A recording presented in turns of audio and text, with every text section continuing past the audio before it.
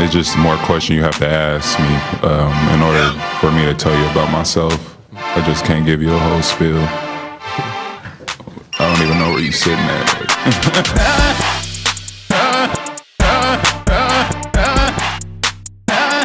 I'm a fun guy.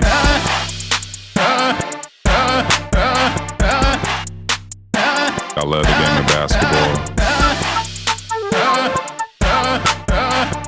There's a lot to break down with whatever happened tonight, but I'm going to start off with the positives, and that is the ring ceremony for Kawhi Leonard, and that's what everyone came to see, and that's what everyone got. This is the Airborne Podcast. I'm your host, Ajith, and let's start it off. With the ring ceremony, it was nice, very classy. The Raptors did what they had to do, brought the players out to the front, got the owners, got Masai, got Nick Nurse, the coaching staff, everyone is there to greet him, to dap him, and, in classy fashion, Kyle Lowry gave him the ring.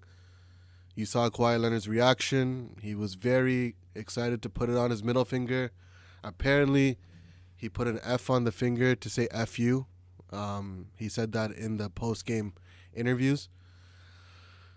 And the tribute video was very nice. I really did think they would bring out the trophy and do the whole 9 because it was Kawhi and, he did take us to the finals and win us a championship with the rest of the crew.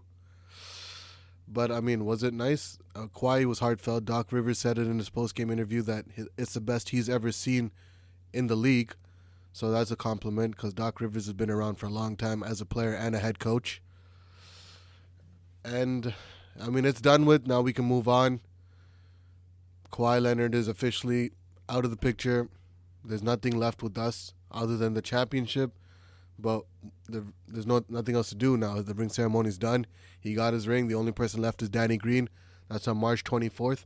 And we'll come back to this and talk about it when that happens. But to get into the game now, my God, was that atrocious. The ongoing theme for this team right now is the fact that they're just very inconsistent offensively and defensively. Their rebounding is horrible, like always, even though Marc Gasol is doing a lot better job. Him and OG Anunoby are the only ones doing a good job on trying to rebound the ball and get us extra possessions. But even the defensive rebounding, if we could get half of those rebounds, we would put ourselves in a very good situation where we can win every game. But we let it, we're giving it up too easily. And I want to talk about the two guys that came back from injury because that's when everything started going downhill. And I'm not blaming them for everything, but, Kyle Lowry played absolutely garbage today. And without Van Vliet there wasn't much to do. I don't know why they didn't play Terrence Davis more because he came in the first quarter, shot 2 threes. He was doing his thing. He felt like he felt nice. I don't know why they didn't give any more minutes. I think he played 15 minutes. I'm going to double check that for you in a bit.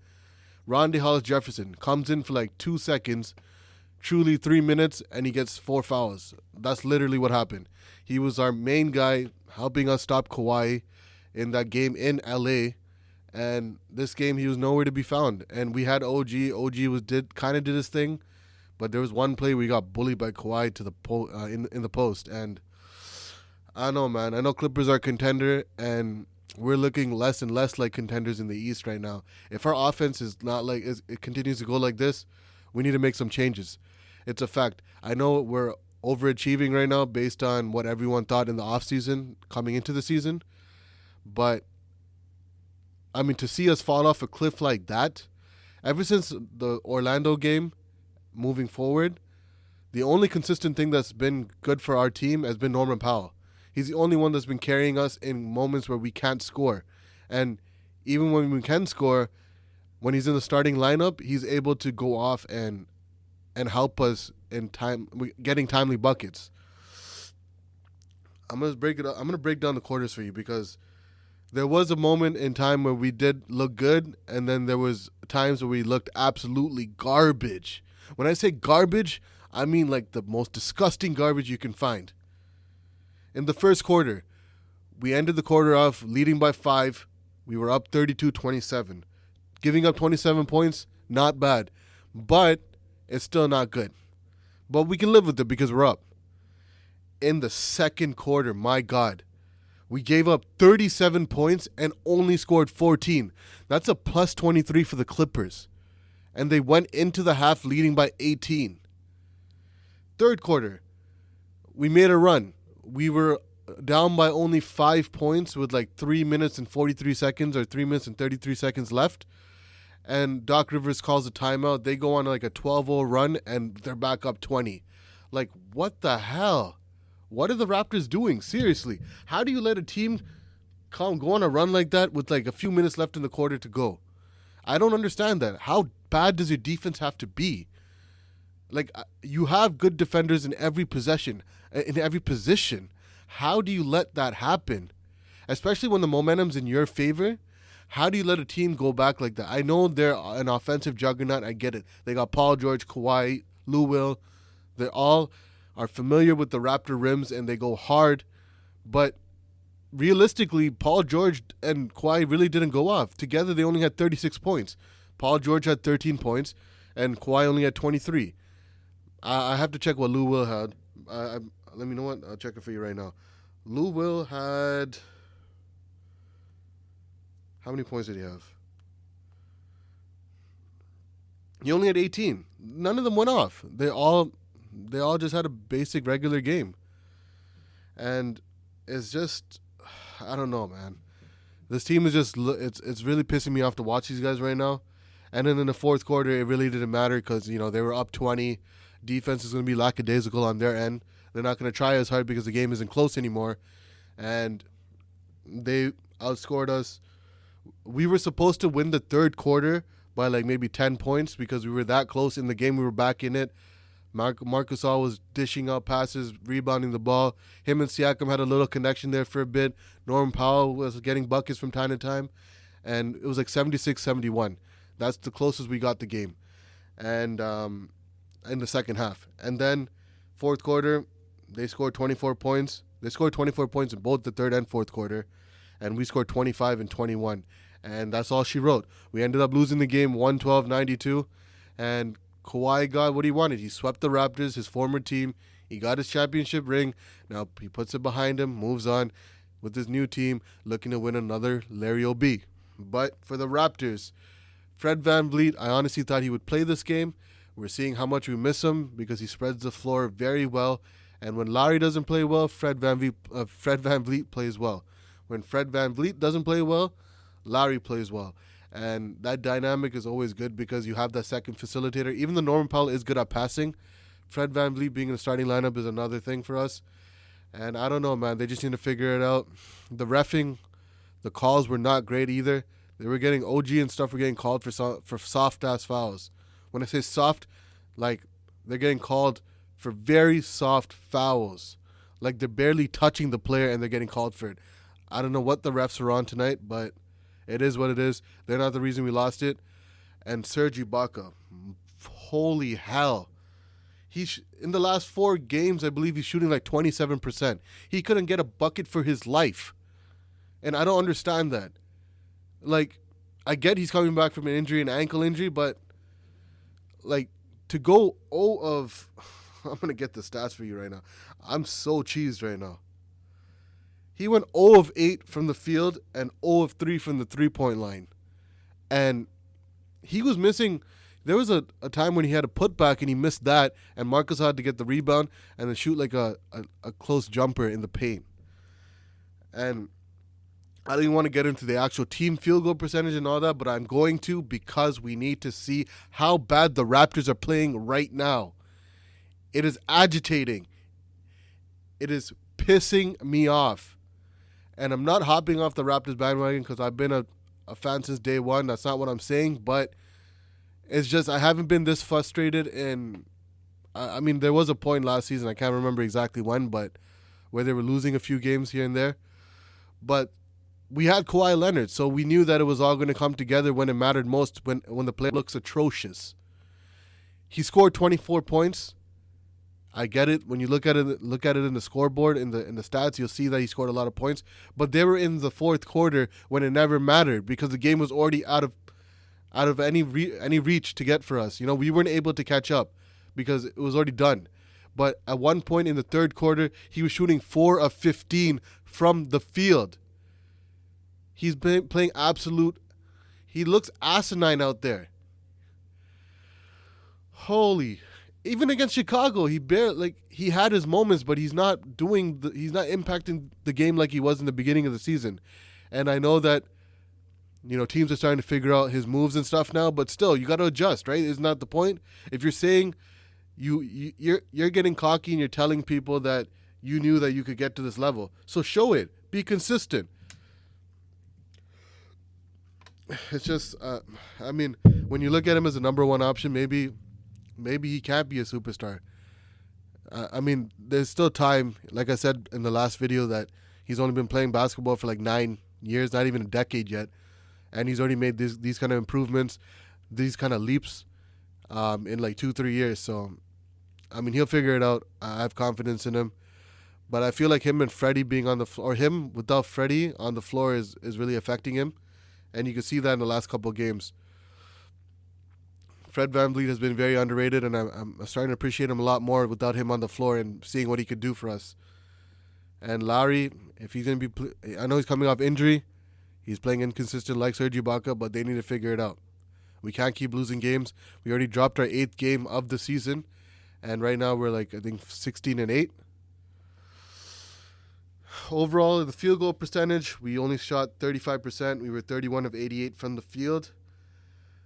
Our three-point shooting, like I said, is garbage. 8 of 36 from the three-point line, 22%. We were 88% from the free throw line, but we've always been a good free throw shooting team, except against Chicago because they shot like shit in that game. 18 turnovers. We've been turning the ball over for no reason too many times in the past 3-4 games. They need to fix that. Assists, 21 assists, not good enough. We were averaging 32 assists in the last, in the beginning of maybe the first half of the 25 games we've played. And it's obviously because we're not making those open shots that we were in the beginning. Our offense just looks absolute BS right now. Rebounding, we had 47, 15 offensive rebounds. You know, fortunately, I mean, I'm surprised to see the stats right now, but we actually had more offensive rebounds than them. They had 50 rebounds with 12 offensive rebounds. We had 47 rebounds with 15 offensive rebounds. Blocks, we had 8. They had 5. Steals, we had 10. They had 8. Personal fouls, we had 24. They had 21. Holy hell, we had 3 technical fouls this game? I know we had a couple, but 3? Field goal percentage with the Clippers, they were 44% from the field shooting. They were 38 of 86. Yeah, they were 38 of 86 from the field. 3-point shooting, they weren't that great either. 12 of 40, 30%. Free throw percentage, they shot better than us. 24, 27, 89%. And I told you guys, 18 turnovers. They had 29 assists. 50 rebounds, 12 offensive rebounds, 5 blocks, 8 steals, 21 personal fouls, and they had no technicals. Zubac was eating them in the paint. There was possessions where we should have got the ball, where he was just dummying everybody. He looked like Moses Malone at one point. They need to get somebody through free agency. I'm sorry, not even free agency, through a trade or a buyout.